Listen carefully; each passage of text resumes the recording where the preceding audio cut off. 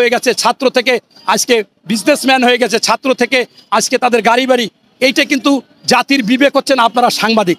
এই জাতির বিবেক সাংবাদিক, আরও অনেকে আছে, শিক্ষক আছে, আপনার মনে করেন চিকিৎসক আছে, কিন্তু সাংবাদিকরা হলে বড়।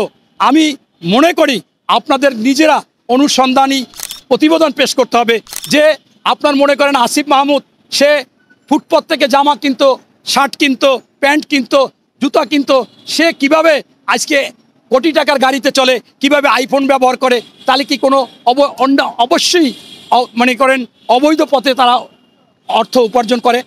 এরকম আজকে যে সমস্ত ছেলেমেয়েরা মনে করেন গাড়ি নিয়ে শত শত গাড়ি নিয়ে ঘুরতেছে, সেখানে যাচ্ছে, ওদের কি স্কুল নাই, ওদের কি কলেজ নাই, ওদের কি বিশ্ববিদ্যালয় নাই? তাই আমি সর্বশেষ বলবো, এখানে আজকে এই ছাত্র বৈষম্যের যে দুইটা গ্রুপ, সেটাও ক্ষমতার লোভ হতে পারে, টাকার লোভ হতে পারে, তারপর পদের লোভ হতে পারে, আবার এই চাঁদাবাজ দখলবাজদের লোভ হতে পারে।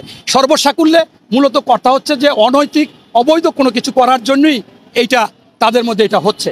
তাই আমি তাদেরকে একেবারে স্যালুট জানাই যে বাবারা, সন্তানেরা, তোমরা দেশের জন্য অনেক কিছু করেছো। তোমরা এমন হও যারা গেছে, যারা